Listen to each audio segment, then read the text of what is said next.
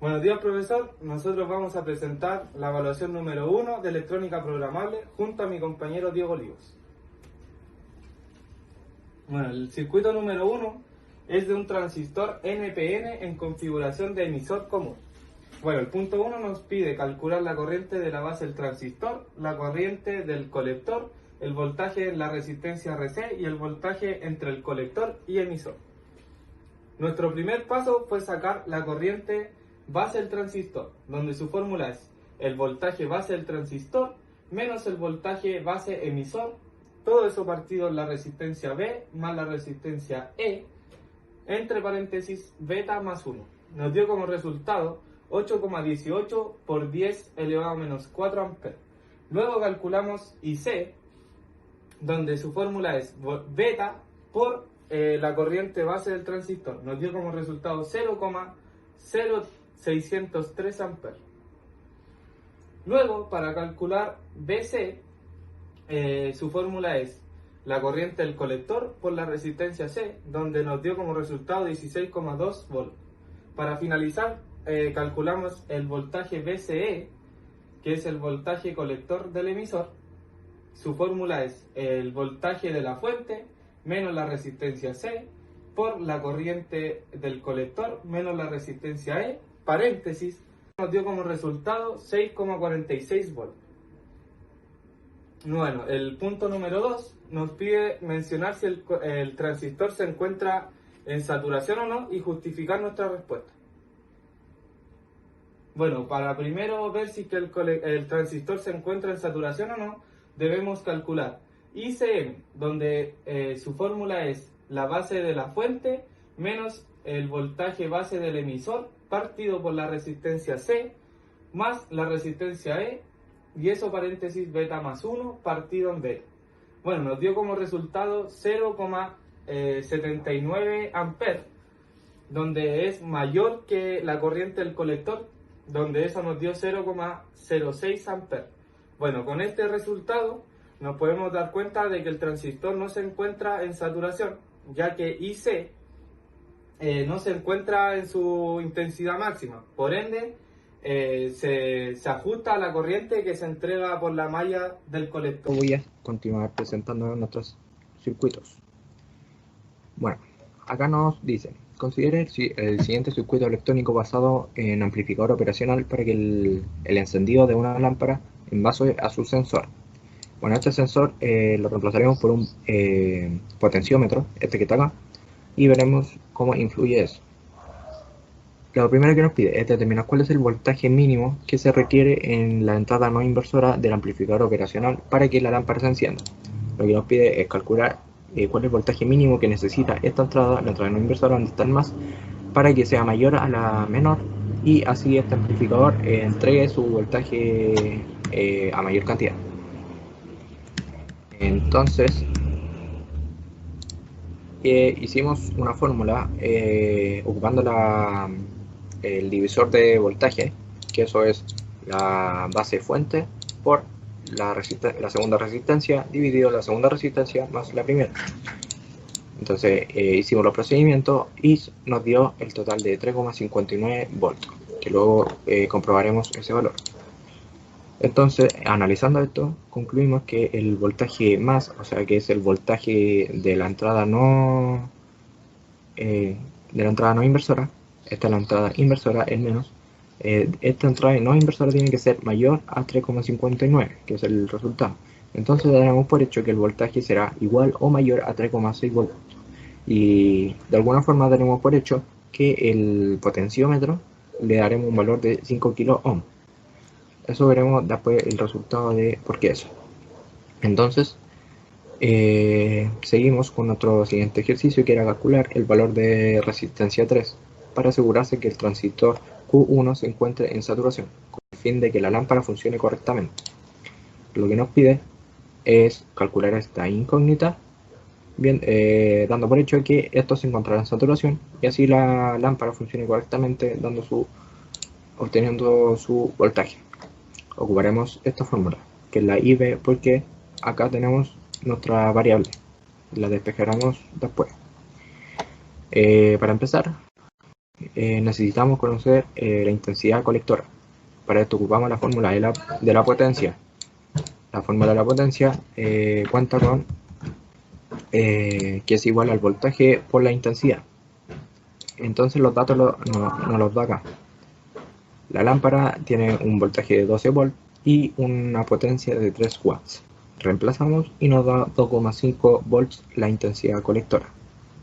¿Por qué la intensidad colectora de ahí? Porque la lámpara está justo detrás de la entrada colectora. Entonces esa intensidad va a ser el total de la intensidad colectora.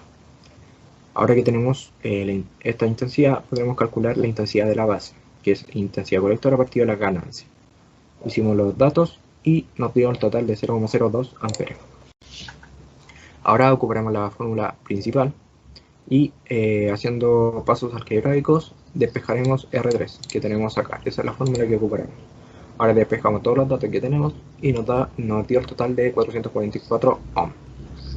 A continuación vamos a comprobar si es que en esta situación, con esta resistencia, el transistor se va a encontrar en saturación.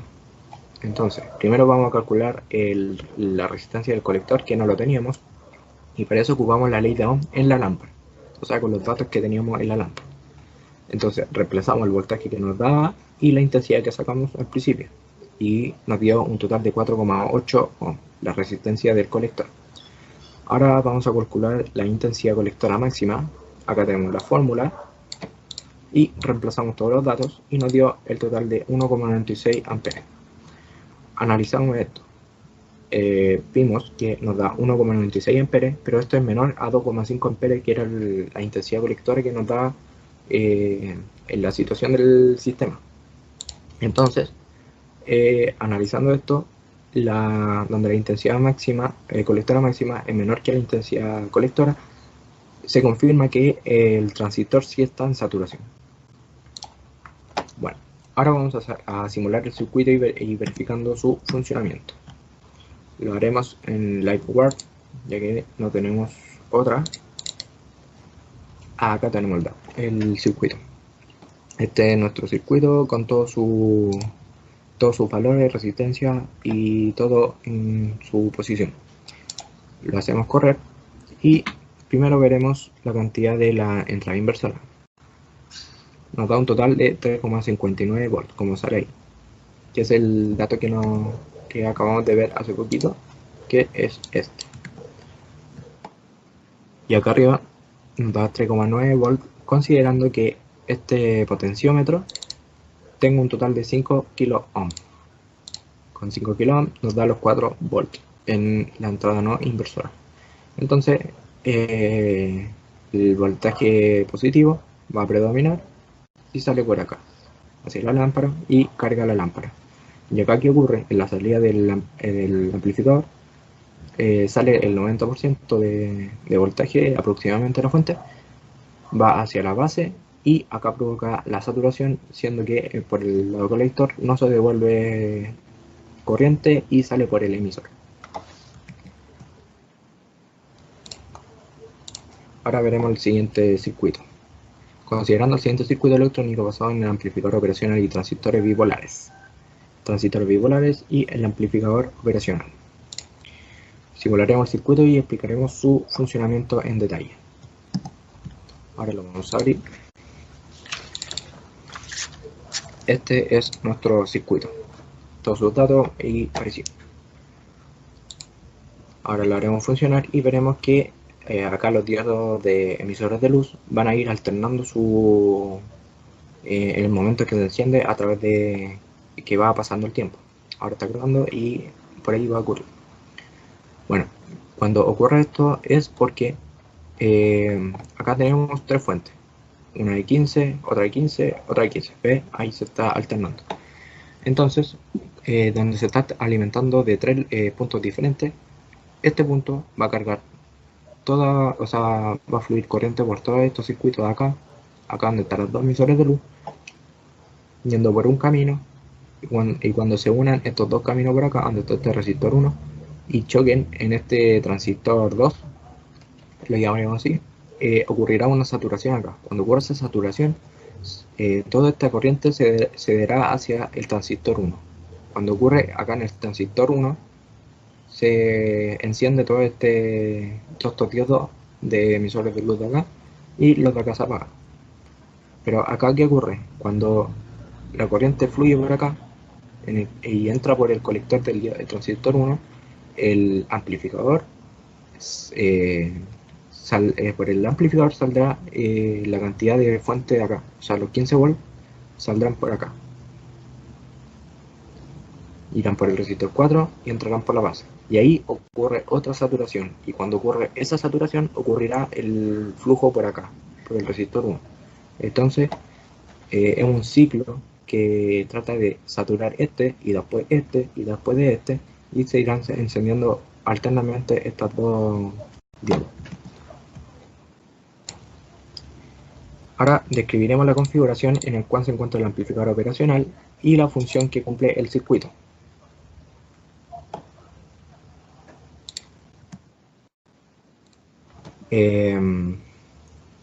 Entonces, el amplificador concluimos y dimos por hecho que actúa como un comparador con histeresis. ¿Esto por qué? Porque el circuito depende del voltaje de salida que tendrá este amplificador, o sea, los 15 volts que saldrán por acá, 15 aproximadamente, porque el momento que salgan el amplificador alterará este transistor, que es el momento que se satura. Pero acá tenemos otra fuente, que esta fuente se encarga de alimentar la entrada no inversora y también la inversora. Pero ¿cómo ocurre eso? Cuando se satura esto, acá ya no fluye corriente ni voltaje. Entonces toda esa corriente se irá acá abajo, pasará por el condensador y ese condensador almacenará, pero eso también guiará hacia la entrada inversora. Y cuando llega acá, la inversora predomina y este amplificador no entregará más voltaje, o sea que un voltaje cercano a cero. ¿Ves? Menos 250 milivolts, ahí 14, menos 50, o sea que funciona como un interruptor cerrado, por así decirlo. Describa qué ocurre en el circuito si el condensador C1 es reemplazado por un valor más pequeño. O sea, que este condensador de acá le diéramos un valor menor. O sea, por ejemplo, darle la mitad de faradios, 50 microfaradios, y veremos que el circuito funcionará más rápido. ¿Por qué? Porque el condensador almacenará menos cargas y al momento de que se acumule acá, y al momento de almacenar menos carga, se irán más hacia a la entrada inversora, lo que provoca que haya más intensidad, y mientras más intensidad es mucho más rápido el flujo de corriente. Entonces funciona todo mucho más rápido y se apaga más rápido esto, y esto envía más rápido las saturaciones en menos tiempo, y las emisiones de luz se alternan mucho más rápido.